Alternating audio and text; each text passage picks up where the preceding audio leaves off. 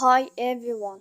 Today we will talk about how to set use less data for calls never on your Telegram. To know how to set or how to select use less data for calls never on your Telegram, you should just go here in this window. As you see, we click.